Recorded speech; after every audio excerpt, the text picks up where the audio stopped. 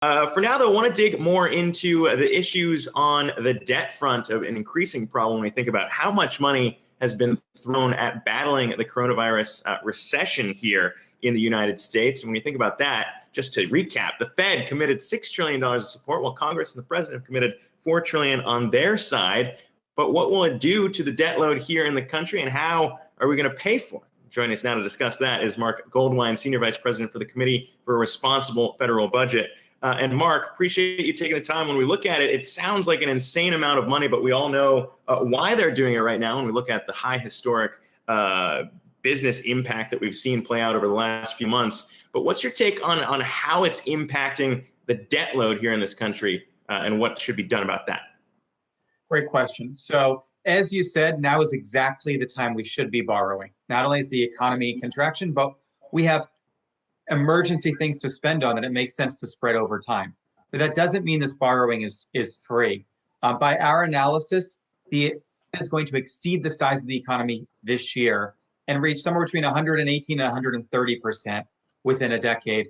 A lot of that is because of the current recession and this fiscal relief. In fact, we think the debt situation is about $6 trillion worse as a result of the coronavirus. What's insane to think about, too, I mean, as you highlight, it being 101%, the debt load here of America's GDP by the end of the year. It's insane, that number, but also how big it's expected to grow here when we think about stimulus not being done when we wait phase 4 here. How much more do you think might be needed on that front, though, as we continue to see states grapple and try and balance their budget here in the revenue shortfalls that have been lost due to the coronavirus pandemic?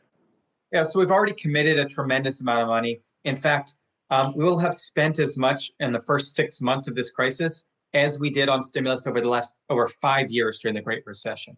And that money has done a lot of good. In fact, in some ways, we may have spent too much in the very near term.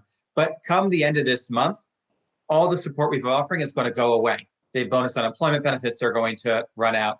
That Paycheck Protection Program, businesses will have used that money. And states and localities are really going to start to be hurting. And so more relief is going to be needed.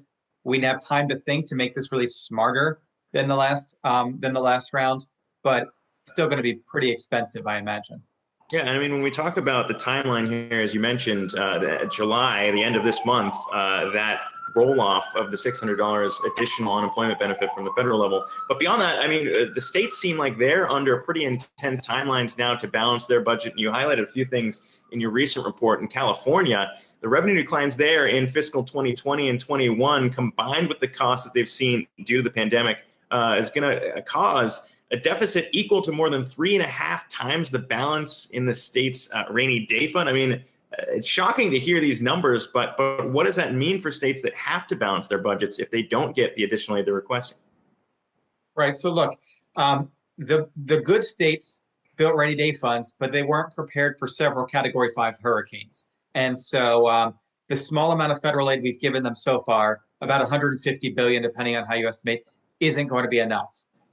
That doesn't mean the federal government should cover the entirety of the shortfall that states have. Some of the shortfalls because in good times, states cut their taxes or they increase their spending as opposed to building up their rainy day fund. But if we don't cover at least a good share of it, there's going to be laid off state and local workers competing against the laid off private sector workers for the same finite amount of jobs. And that is going to extend this recession significantly and dangerously. And I mean, I hate to bring up even more longer term problems here, but when we think about why spending right now, it's all short-term fixes when we think about helping people afford to live when they don't have a job. But when you go beyond that and you think about Social Security and infrastructure spending here in the U.S., how might those two things also be impacted by the debt load we're packing on now in 10 years down the line? Well, the coronavirus and this recession has caused a lot of damage to all sectors of the economy, to households, to businesses. It's also caused damage to the major federal trust funds. In our latest estimates, which you can see at crfb.org, all major trust funds will be out of money in just about a decade. The Highway Trust Fund, 2021, next year. The Medicare Hospital Insurance Trust Fund, 2023. Flood insurance and pension benefit guarantees some point in the 2020s. And Social Security by 2031.